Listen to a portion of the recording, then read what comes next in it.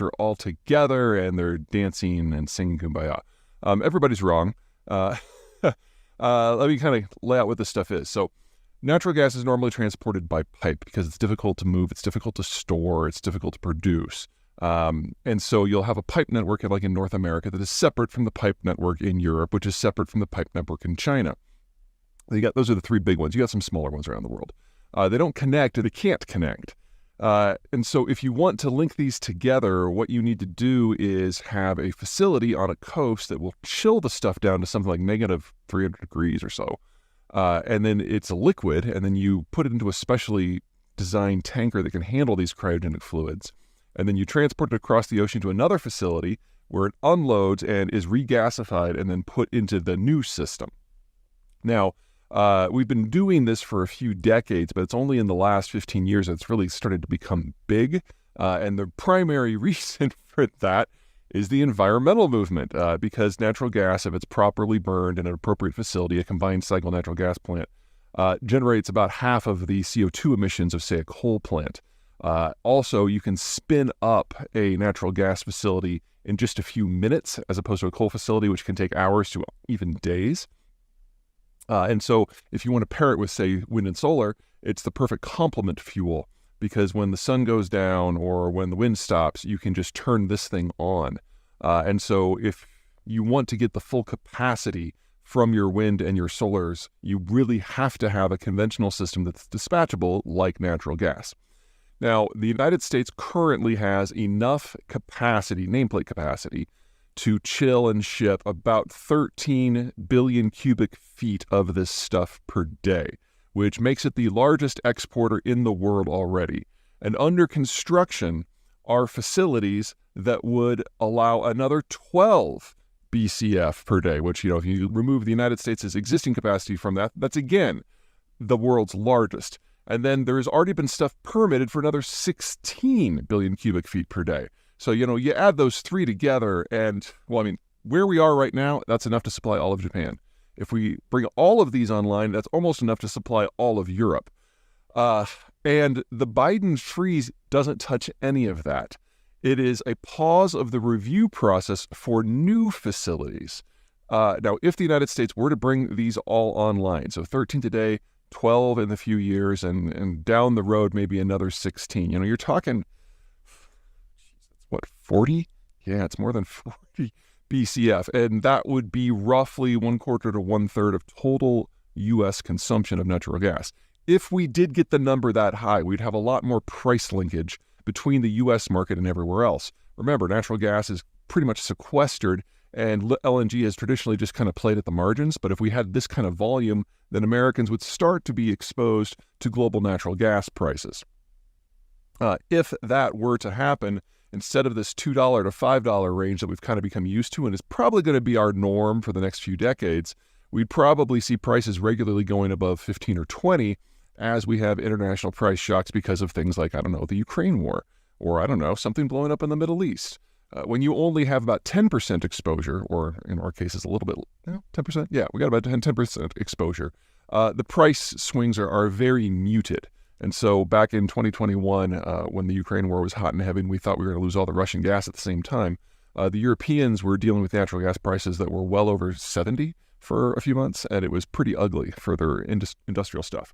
Anyway, let's talk about what people are talking about with this. On the industry side, the idea that we're going to build out past 40 is kind of a stretch anyway, so the oil companies are just whinging because someone's telling them that they can't do anything right now. Second, the Biden administration has not oversold this. They're saying it's a temporary pause of the review process to consider climate change. Well, if you want to consider climate change, natural gas is the perfect fuel to ship out in bulk because it's the only thing that really pairs with solar or wind. You're not going to do this with coal. That would be silly. And batteries sound great until you realize the industrial process that's required to build them at scale is never going to make them more than a niche use in specific areas. I'm not saying there's no use for them there, but natural gas is so much easier. It's so much cheaper. And by most measures, it's actually a lot cleaner too. So you're only going to put batteries in places like Phoenix maybe, where the solar intensity can be really, really high, and they just need to save some for nights. And then on the environmental side, the celebrations, number one, this is not forever. It's a temporary pause of the review process, which the Biden administration can reverse with a stroke of a pen, or any additional leader could, for reasons environmental, economic, or strategic. Remember that a lot of the stuff that's getting shipped out right now is going to Europe in order to allow the Europeans an option other than sucking down Russian gas. So, this is kind of important from that front, too. So everyone's kind of making a really big deal out of it, but I think the thing that is most hilarious is that the Biden administration has found a way, again, to satisfy. Few countries of the world exist in vacuums. Nearly all swim in large ponds, interacting constantly with other powers, smaller, larger, and peer. The European geography. Europe is a land of contrasts. The majority of Europe's population lives on the aptly, if not particularly creatively named North European plain. The portion of the coastal plain in Europe proper is one of the world's narrowest, less than 300 miles at its widest point in Germany. But it is also one of the world's longest, stretching over 1,500 miles from the Pyrenees in southern France to the Belarusian border. And it doesn't end there, but rather expands into the European hordelands of Central Eurasia. A series of broken highlands and stark mountains back the entirety of the NEP's southern border, which generates sufficient rainfall to make the NEP a lush agricultural zone and fuel a score of rivers that transect the plain. The Seine, Meuse, Rhine, Weser, Elbe, Oder, and Vistula in particular. Between ample local food production, high capital generation possibilities, and ease of movement, the NEP has had one of the world's densest population footprints, densest local trade networks, and richest populations for nearly a millennium. But there is a dark side. There are no barriers between the various river valleys. The easily crossed nature of the plain condemns the people of Northern Europe to be constantly in each other's faces. Every country's heartland is their neighbor's borderland. Civilization may come easily to Northern Europe, but so does competition. Success and security for one would mean want and instability for all others. The all-or-nothing nature of that simple fact has led to some of the world's most infamous wars being fought among the NEP powers in their efforts to carve out some security for themselves. Peninsulas and mountains riddle the lands around the plain. The Iberian Peninsula, home to Spain and Portugal, lies south and west of France across the Pyrenees.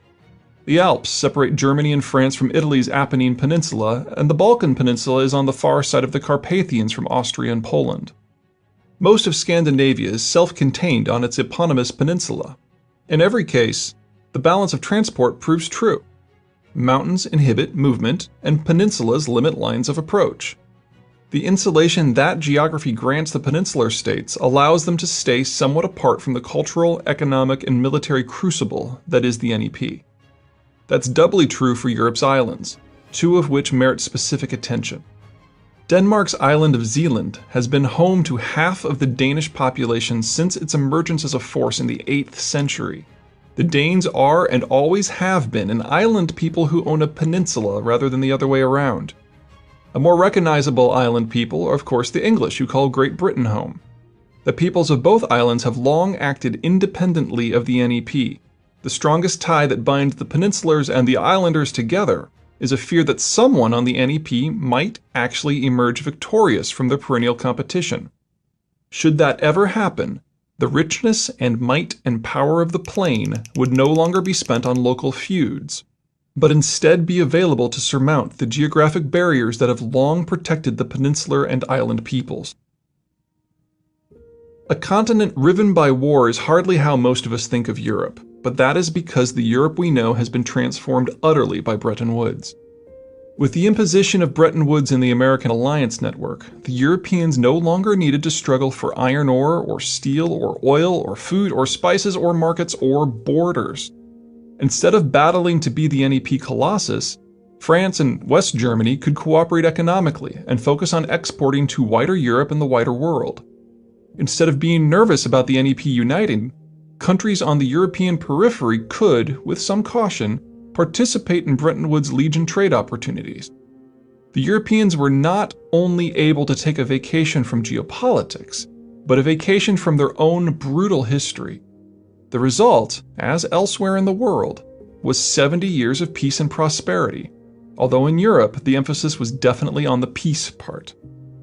The end of the Cold War had any number of impacts on the world writ large, but in Europe it was absolutely wonderful. Europe was the primary Cold War battle line, so defense outlays were far higher there than anywhere but in the United States, the Soviet Union, and the Koreas. With the Cold War's end, resources dedicated to defense could be redirected to investment. A belt of states from Estonia to Bulgaria ceased being Soviet property and started down the road to European Union membership, eventually providing an infusion of over 100 million new consumers and low and mid-cost workers. But most of all, the Cold War's end made the French and Germans sufficiently confident in a future without war that they launched their most ambitious unification project yet, a currency union, which is where contemporary Europe's problems begin. In the United States, finance is somewhat non-denominational. There are so many rivers servicing such a substantial population that capital practically grows on trees. Everyone is in the same river network, and so is in the same resultant financial system. It is considered perfectly normal for a Nebraska bank to fund a Vermont mortgage, or a Georgia credit union to enable credit card use in Idaho. Not so in Europe.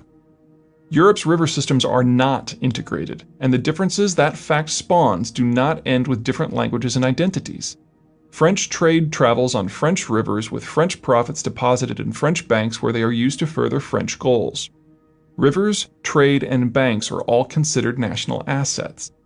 As one would expect from any such national asset, the banks' responsibilities are first and foremost to look out for the interests of the state. In 1992, the Europeans may have committed themselves to launching the Euro era, but they never united their disparate financial and banking systems into a cohesive whole. That split is the root of the European financial crisis. Once again, it comes down to the balance of transport, but this time from an economic rather than a strategic point of view. The balance of transport isn't easily swayed by political agreements, even ones as potent and far-reaching as Bretton Woods. The NEP remained the economic hub of the European wheel. But not everyone in Europe had rivers, and so not everyone in Europe could generate the surplus capital that made everything from infrastructure to education possible. Geographically less endowed areas like Iberia, southern Italy, and Greece were perennial laggards. European structural adjustment monies poured into these areas to help close the gap, funding everything from highways to olive groves.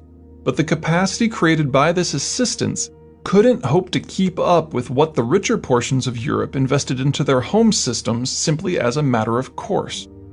On anything remotely resembling a level playing field, well-rivered, flat, and integrated Northern Europe would always be more thoroughly educated and more productive and richer than highland, arid, and disconnected Southern Europe. But in a common monetary system, capital could flow nonetheless. Currency unity meant that the surplus capital generated in the North could be lent out to Southern economies that had no experience using it wisely at rates normally reserved for countries like Germany. Currency unity meant that Northern European exporters had unrestricted access into Southern economies that couldn't hope to compete with the Northerners' superior infrastructure and workforces. The result was the buildup of mountains of debt among Southern economies, consumers, and governments at the same time that the hollowing out of Southern economies made it impossible for the debt to be paid back. Far from being the crowning achievement of United Europe, the Euro was guaranteed from day one to destroy it. The ensuing calamity was as harsh as it was predictable. Less than a decade after the Euro's 1999 launch, all it took was a recession to crack the finances of many countries to pieces.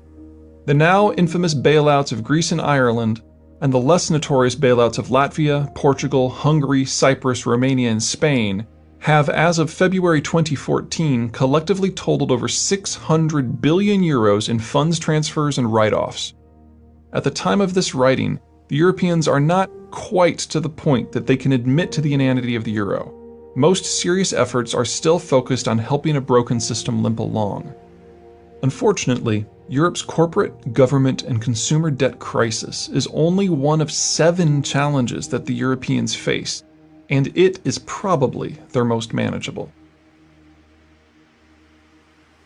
The European financial crisis has had many economic impacts, but the results have been worst in banking. Because the Europeans see banking as a national prerogative, concerns such as national infrastructure needs, maximum employment, and government budgetary stability are tossed into the mix of bankers' concerns, right along with concerns of collateral and profitability.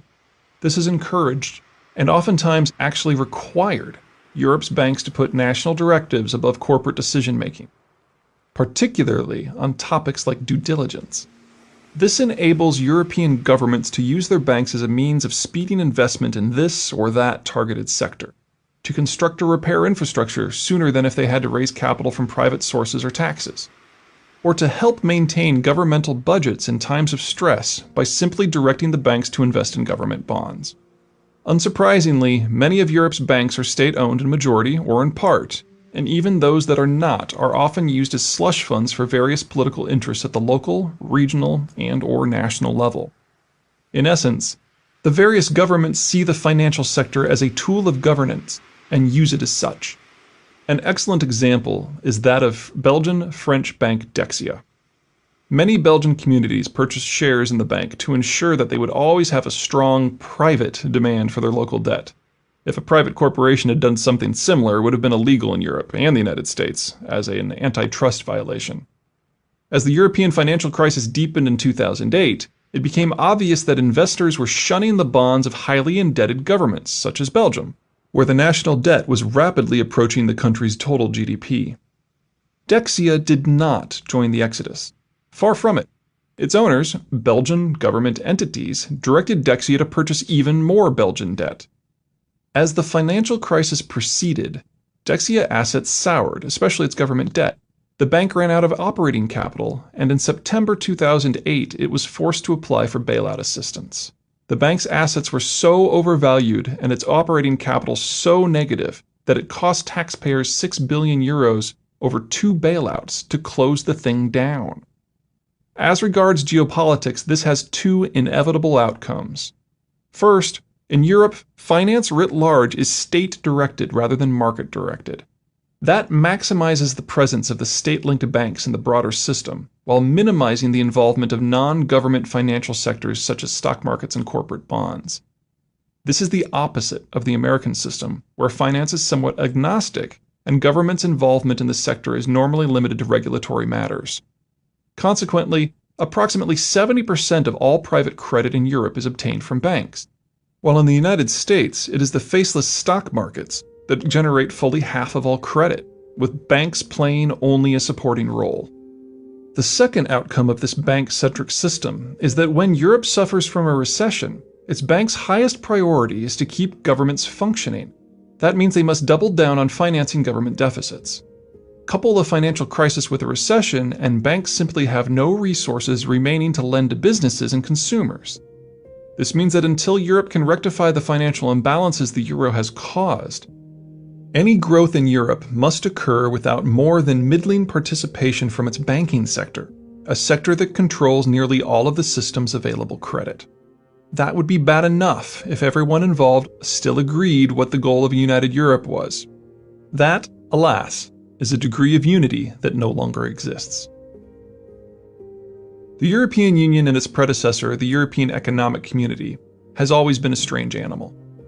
Any organization that was formed in the early years of Bretton Woods was going to have an economic underpinning considerably different from the previous era, and in this the EU did not disappoint. But more than an economic grouping designed to take full advantage of the security and trade network the Americans had created, the EEC and EU ultimately had a political rationale. That rationale belonged to Paris. While France had always been near the top of the European pile, it had only rarely been actually on top. And even when it was during the Napoleonic era, the other European powers ruthlessly tore it down from its perch.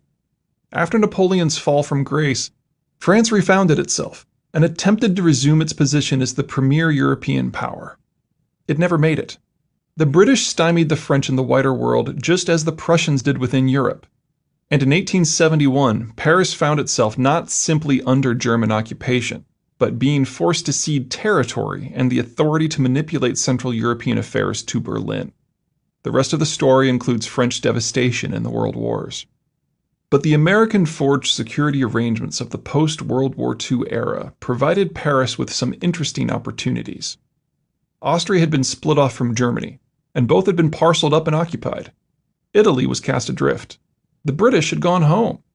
The Iberians and Turks had skipped the war and were languishing under their own local authoritarian governments. The Russians loomed large, but rather than manipulate European events, they had drawn the Iron Curtain and were busy digesting Central and Eastern Europe.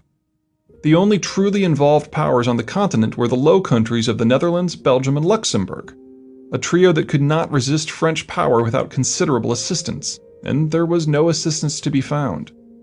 And so the French launched the European integration process. I use quotes there because the initial goal very clearly was not to create a truly European system, but to band together countries that the French could dominate into a grouping that the French would dominate. The Low Countries were weak, Italy was a mess, Germany was divided, occupied in part by France, and its opinion was neither allowed nor issued. After over a century of coming in second or worse in the European game, France finally reigned supreme. For the next 2 generations, German industrial profits were funneled via the EU budget to fund French national and geopolitical goals. France was able to count upon Germany to back any position Paris wanted to stake out, and the 2 NEP heavyweights were able to impose French desires upon the rest of the Union. But the gravy train couldn't last forever. In time, the artificial circumstances of the Cold War ended. The Iron Curtain collapsed, and the Central European states joined the EU in the 2000s. All of them remembered what French security guarantees had meant in the run-up to World War II, and so were not willing to sign away their newfound independence to a French-dominated institution. Sweden and Finland, fiercely independent from decades of resisting the Soviets without the NATO umbrella, joined in 1995 and were not interested in being springboards for French ambition. France no longer automatically got its way, but with the Germans' reflexive, silent partners, Paris could still fairly easily forge ad hoc coalitions to get whatever it wanted. Then, in 2008, a process that had begun 20 years earlier culminated in disaster for Paris. In 1989, the Cold War ended. In 1993, Germany began the reunification process, which was completed in 2003. And then in 2008, the Germans elected a 2-party coalition led by politicians unencumbered by any connection to wartime or Cold War German politics. These new German politicians still saw themselves as allied with France, but no longer beholden to it. The days of Paris telling the Germans what the German position was were over. France and Germany are still partners, allies even, but the relationship is thinning. By far the biggest point of disagreement is on union control. The Germans are still willing to foot the bill for a united Europe, bailouts and all, but now they want a few things in exchange for their commitment. They want reforms to be hardwired into EU treaty law, and even the constitutions of the EU members that will outlaw budget deficits. They want approval of national budgets to be the responsibility of EU institutions that are beholden to German norms. Collectively, these reforms would lock all of the European countries into how the Germans do things. And since many of the weaker states are weaker because of geography, they would become permanently servile to German supply chains and financial might. In essence, the Germans want to use German money to solidify German control of the European system. And the Germans have the gall to insist that France is not exempt. The French, in contrast, want to go back to how things were before 2008, back to the era of French exceptionalism and control. They want the Germans to keep paying to keep the EU afloat, but to do so without significant changes in how it operates, and certainly how France operates. They want budgetary control to remain at the national level and for deficit restrictions to remain somewhat loose. They want to keep getting financial transfers from Germany, even though France is one of the Union's richest members. In essence, they want to re-achieve what they once had, to use German money to support French control of the European system. Until and unless the French and Germans can close ranks, everything else about the European Union degrades into near pointlessness. The EU hasn't enacted a meaningful foreign policy stance since the financial breakdown of 2007. Critical needs such as a banking union have been negotiated due to French insistence, but not armed with the money or authority required to make them functional due to German insistence. Bailouts have been awarded, as Berlin realizes they must, but the terms have been so constantly abrogated that the weaker countries, often due to French intervention, have been able to enjoy a revolving door of fresh credits. This furious running in place will last until the Franco-German relationship heals. The Franco-German disconnect would be bad enough if German money were sufficient to fix the European system, but it isn't. There are three routes a country can take to economic growth: consumption-led, export-led, and investment-led. Germany in the 2010s is very similar to the Germany of the late 19th century in that it is an investment and export-led system. Most German capital is poured into its industrial base and educational system, leaving little money in the hands of the people to spend. This was a wonderful model for the Germans in the 2000s. The unity of the Eurozone allowed all of the Europeans, and in particular Southern Europeans, to access German credit to finance the purchase of German goods. Also, Europe, and in particular Southern Europe, had a demographic hot-wired for mass consumption. But that was then. What is rapidly taking root in Europe is a near-perfect storm of economic challenges. The countries that face the most systemic financial pressure, Greece, Portugal, Spain, and Italy, are among the most rapidly aging European states. Of the danger states, only Spain still has a bulge in its population profile that is under 40, and even they are already in their late 30s. Consumption-led growth in Southern Europe is now largely impossible. For Germany and other heavily technocratic European states like Finland and the Netherlands, their development policy combined with a lack of young people means that a local consumption-driven model hasn't been possible for 20 years. And with no replacement generation growing into adulthood, such a model cannot be returned to within the next 30 years. Aggressive German exports limited industrial expansion across Southern Europe, meaning fewer local jobs for the few 20 and 30-somethings who remained. Southern Europe was never competitive with Germany in the first place. Now, with all of Southern Europe in the Eurozone, these countries cannot devalue their currencies to compete on cost. Southern Europe cannot have export-led growth. The aging of Europe across the board has denied Germany its traditional captive market, forcing it to look beyond Europe for external markets to sustain export-led growth. For Southern Europe, the only remaining option is investment-led growth, but the debt crisis prevents Southern European governments from raising the necessary funds themselves. The only source of such investment is now Northern Europe, with the primary mode of financial transfer being bailout packages designed to manage Southern European debt rather than actually invest in the productivity of Southern European systems. All of this means that these countries can only support their current systems so long as German largesse continues. The Germans may be reluctantly willing to fund bailout after bailout to keep the Union together, but their ability to subsidize the continent is not endless. The Germans, too, are aging. As of 2014, the German population bulge is in its early 50s, at the height of its technical skill and tax-paying capability. That's making German tax coffers flush with cash and allowing the German export machine to outcompete nearly everyone on not just the European, but also the global stage. Fast forward a decade, however, and this cadre will be retiring en masse and drawing pensions. German competitiveness, German exports, and above all the German government's ability to fund the never-ending bailout of the European Union will evaporate. The Europe of today is at the high point of a system that is now in a period of permanent shrinkage. Between banking dysfunction and aging demographics, credit will never be as accessible in Europe as it is now, and growth will never be as strong as it is now. Germany's ability to generate growth from exporting goods within the European system has ended. Even assuming that the Europeans solve all of their political and financial problems, only the Germans can afford the bill to keep Europe together economically, and they can only afford that for at most another 10 years. Even if the Europeans can save their banks and the euro, even if the French and Germans can come to an amicable and productive meeting of the minds on how the Union should be run, they are still staring down the maw of demographic obsolescence. and they are doing so at a time when the rest of the world still boasts a relatively young demography. The Europeans can look to Japan, with its collapsing finances, hollowing out industries, and ever-mounting debt levels to get an idea of what the approaching financial self-immolation will feel like. Luckily, there is one bright spot in all of this. As Europe slouches into Japanese-style demographic and financial malaise, it is simultaneously retreating from the global system. Japan's banks are so insolvent that all have already withdrawn from the international system.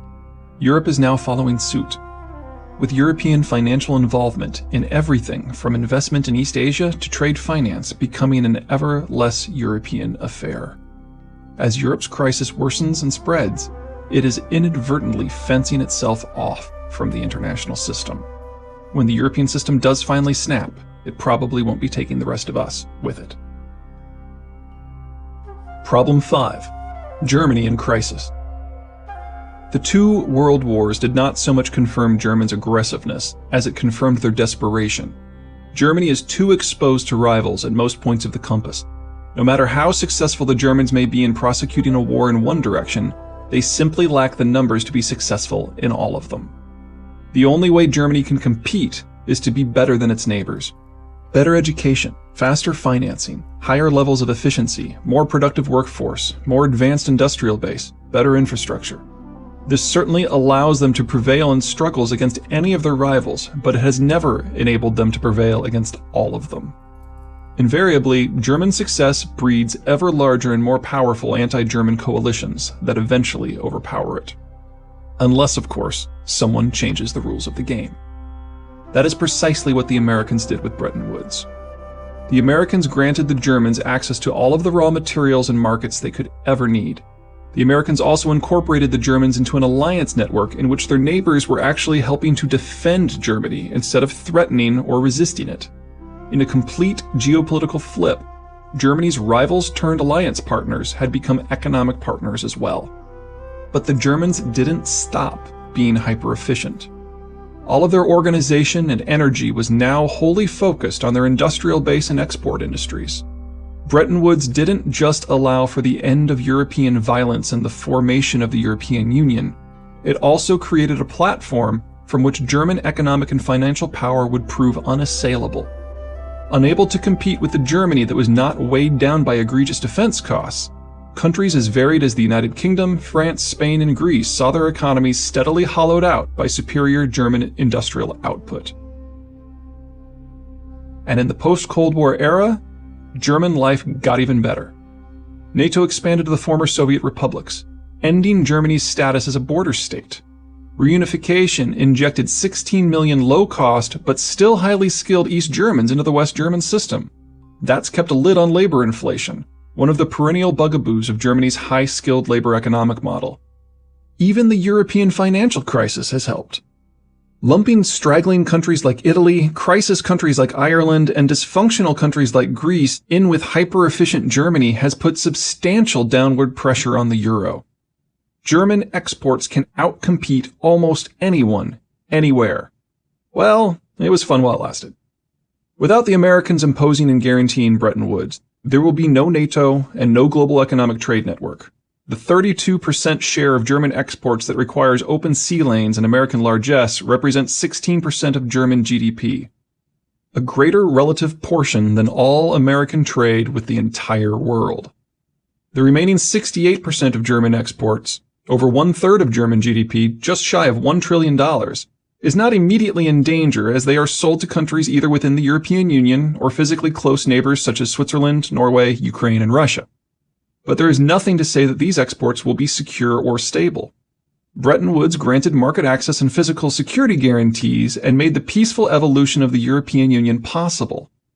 As each beneficiary has different security and economic needs, each will respond to the American withdrawal differently, particularly as a considerable list of European countries perceived the American security guarantees as guaranteeing their security from Germany. For nearly all EU members, the Germans are now far and away their largest source of imports. In a world in which their extra-European exports are suddenly in danger, this quickly escalates from a niggling political issue to a catastrophic economic one.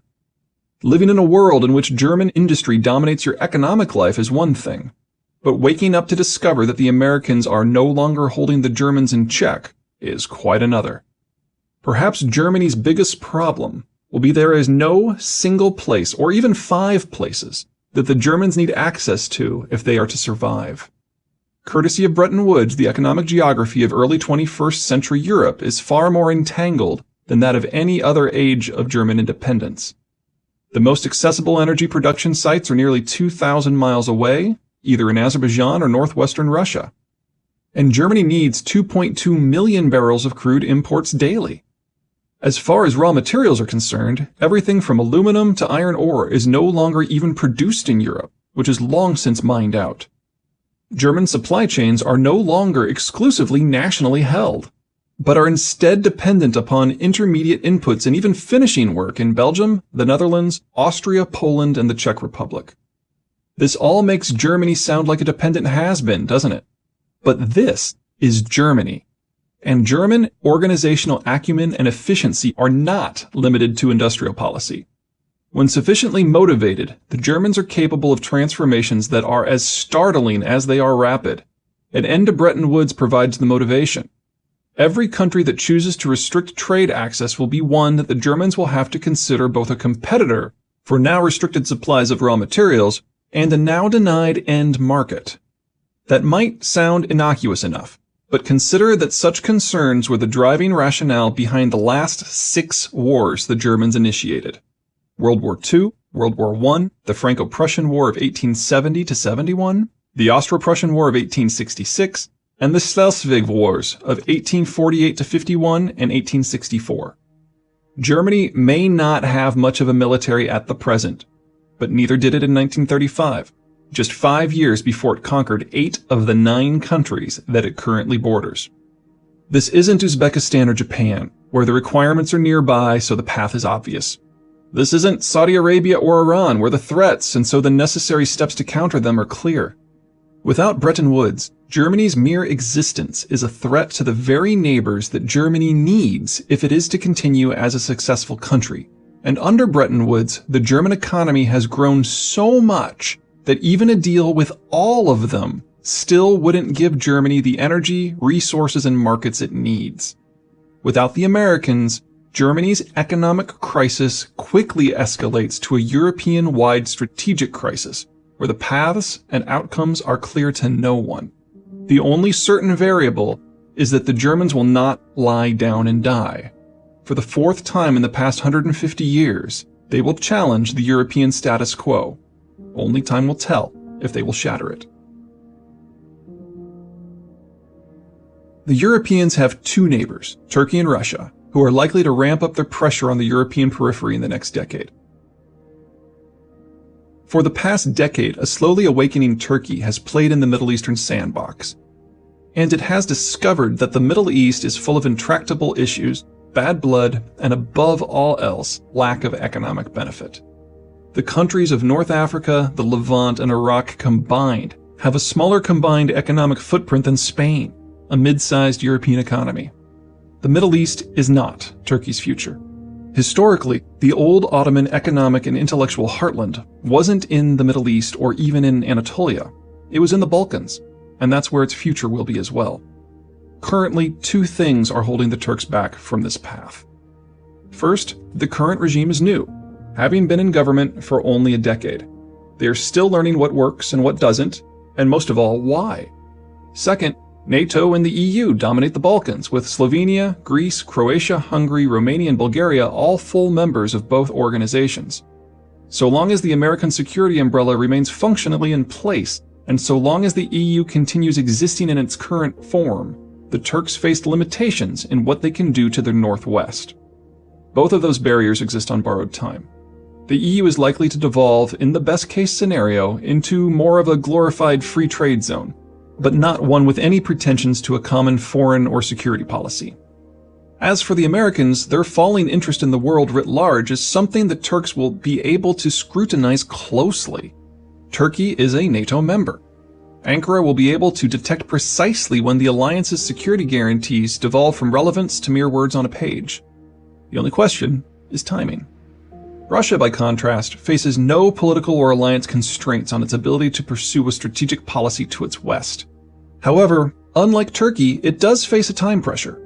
Russia's demographics are so horrid that if it fails to act before 2022, it will lose the capacity to act both militarily and economically.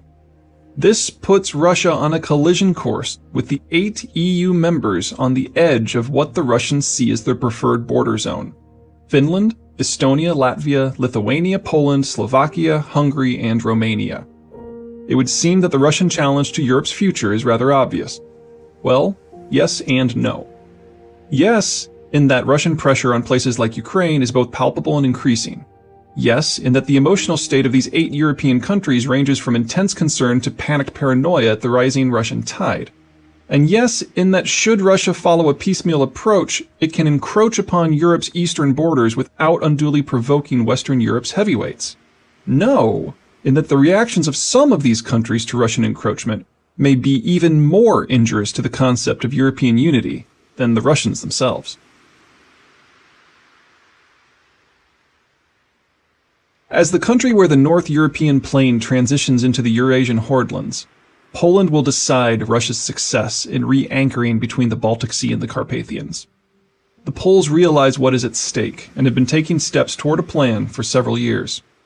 Poland, as Central Europe's largest industrial power, and with its largest population, sees itself as the natural leader of the former Soviet satellites who joined the EU and NATO in the 1990s and 2000s. There is more than a small credence to that claim, but the crew that Poland seeks to lead is a motley one. Even after a quarter-century of effort, the region's infrastructure is remarkably fractured. The Baltic states have far better links to Russia, a holdover of the Soviet era, than they do to one another or the Western European region. Romania and Bulgaria are south of the Carpathians and have but one 4-lane road that links them to the rest of Europe, and only 2 bridges that connect them across the Danube, the second of which was only completed in 2013. Slovakia is mountainous. Hungary is really only linked to Austria, and even that connection is pinched by the Vienna Gap. Poland, somewhat ironically, has the best infrastructure linkages of the lot, but those connections are largely due to its position on the North European plain, which in turn ties it directly to both Germany and Russia, the 2 powers that Warsaw is most concerned about. Making matters worse, nearly all of the former satellites are dependent upon the Russians for both oil and natural gas. An alliance of the Intermarium, the countries between the Baltic and the Black Seas, simply isn't workable. Merely coordinating the actions of such disconnected geographies and heterogeneous cultures would be an endeavor attempted only out of sheer desperation. Without some far more powerful entity, say a rejuvenated European Union or an engaged United States, actively managing such a gangly alliance, the Russians would have a fairly easy time engaging and defeating each of the Intermarium states in sequence and in isolation. That is, with the possible exception of Poland. Despite Poland's largely indefensible position, and despite its potential need to defend against both Germany and Russia, the Poles have a Swedish ace up their sleeve. Since being forced into strategic neutrality at the conclusion of the Great Northern War of 1700 to 1721, Sweden gradually became Europe's forgotten power.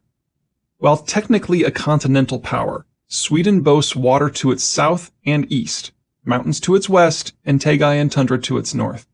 By most definitions, Sweden operates as a naval power rather than a land power, and as such its military and economic strategies emphasize speed and reach.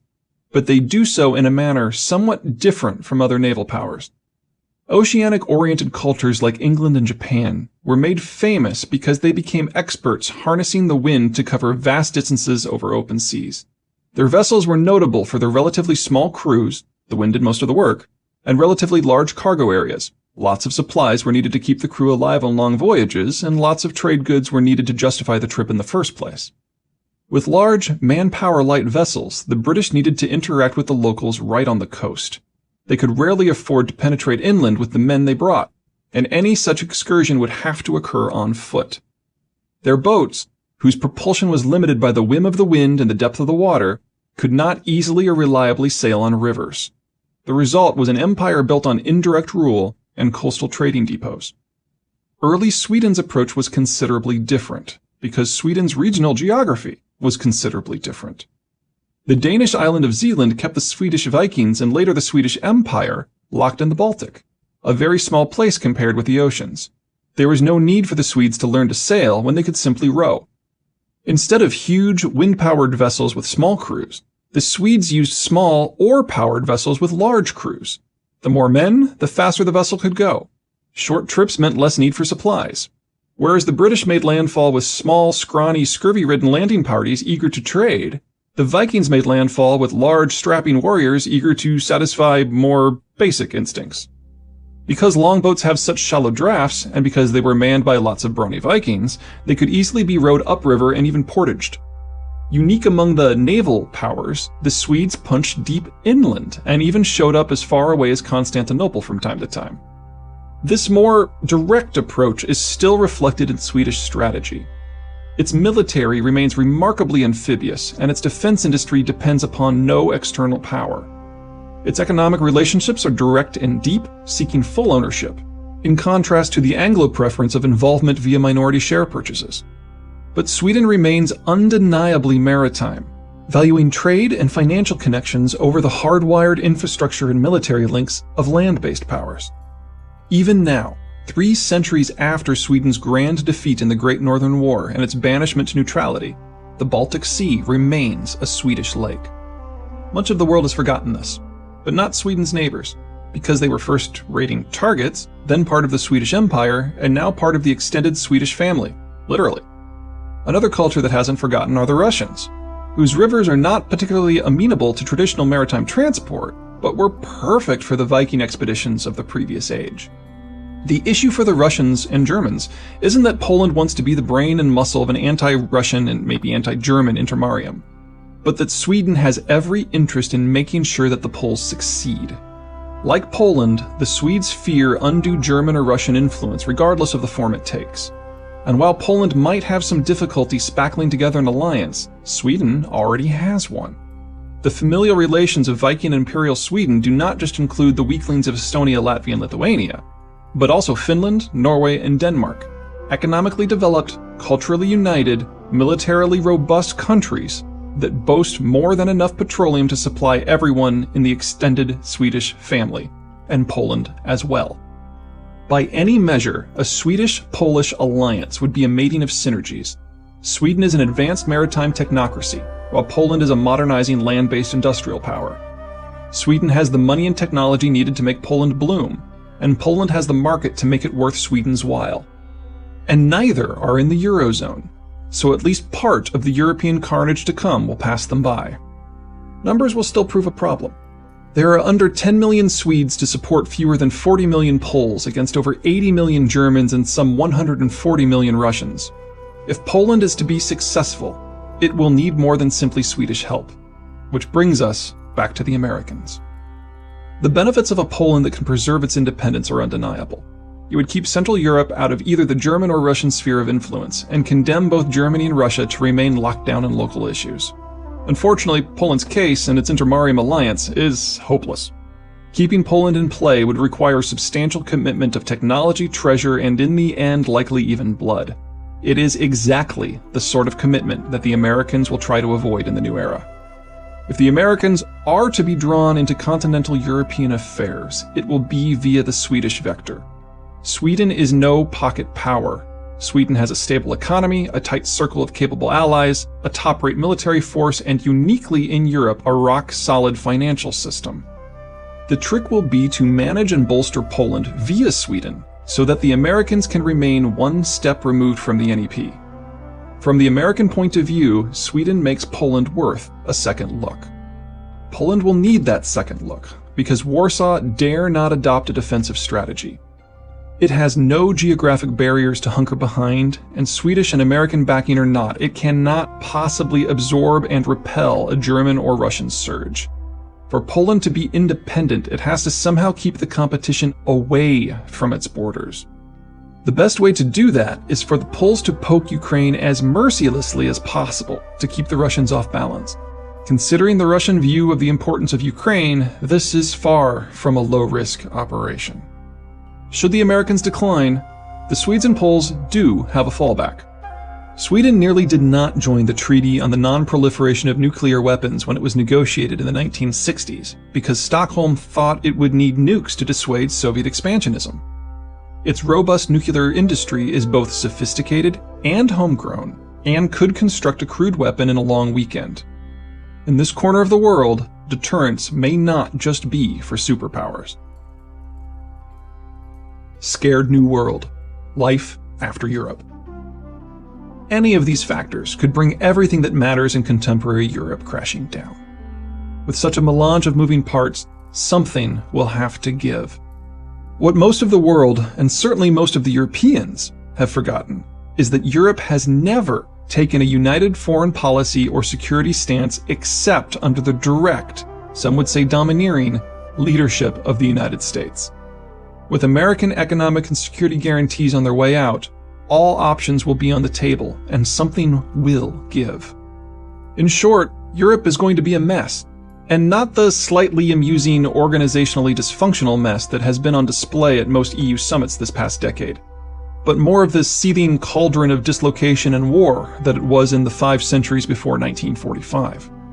What is an existential challenge to one country is barely a passing concern to others. Lithuania, Poland, and Romania are in near panic about Russian activities in Ukraine, while Portugal, Italy, and Ireland insist that the real issue is the financial crisis. And Germany and the Netherlands are primarily focused on forging new trade deals with economies beyond Europe. There is no commonality, no agreement, and from that minimal coordination, Europe is becoming overwhelmed with itself. Within that rather dark and murky forecast, there is, however, one relatively bright spot. Not everyone in Europe took full economic advantage of Bretton Woods and branched out to become an international economic power. Not everyone handed over all meaningful levers of their defense policy to Washington. Not everyone in Europe is so enmeshed in the European Union that the Union's end spells utter disaster. And not everyone in Europe forgot how to have kids around 1965. One country has stood somewhat apart, and as such it will have less vulnerability and more options than the others. Irony of ironies, that country is the one that came up with the very idea of the EU in the first place, France. It shouldn't be a surprise. Just as Bretton Woods was America's strategic policy for fighting the Cold War, the EU was France's strategic policy for taking advantage of Bretton Woods.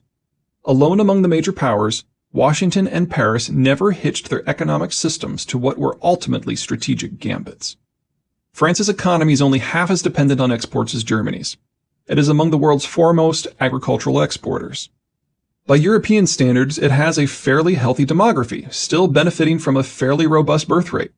It is the only country besides the United States that floats an aircraft carrier worthy of the name, even if technical problems limit it to nothing more than brief regional deployments. Its use of nuclear energy keeps it largely independent of petroleum markets. What petroleum it needs, it can source from nearby Algeria, a country with which it enjoys reasonably positive relations. Its position on the western end of the NEP and its Mediterranean shoreline both reduces its exposure and widens its reach.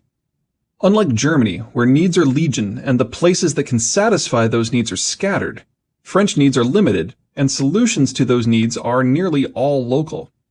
All of the violent chaos likely to erupt involving Sweden, Germany, Poland, Russia, Ukraine, and Turkey is on the far side of Europe. And just in case all else fails, it has nuclear weapons. Not can make them in a pinch like Sweden or South Korea, but already has them like the United States. Unsurprisingly, France is the country that the Germans take most seriously. Between its low needs and high leverage, France has not just the greatest capacity to shape Europe, but the greatest wealth of tools with which to do so. If there is to be some remnant of united Europe that will survive Europe's chaos to come, it will be France at its head. If there is to be some power that rises from the ashes as Europe tears itself apart, again, it too will be France. European history has been on hold since the Americans restructured the world in the 1940s. Centuries-old competitions were simply smothered under the happy blanket of American security and global trade. That era is rapidly coming to a close. In its place will be a host of states terrified of a reawakened Germany, a Germany that will have to fight for its economic well-being, a Russia desperate to harden its external boundaries, a justifiably paranoid Poland backed by a no longer neutral Sweden, and a Turkey eager to carve its own sphere of influence out of the EU's and NATO's remains. Will all of these evolutions result in wars? Probably not. But it truly would be stunning if none of them did.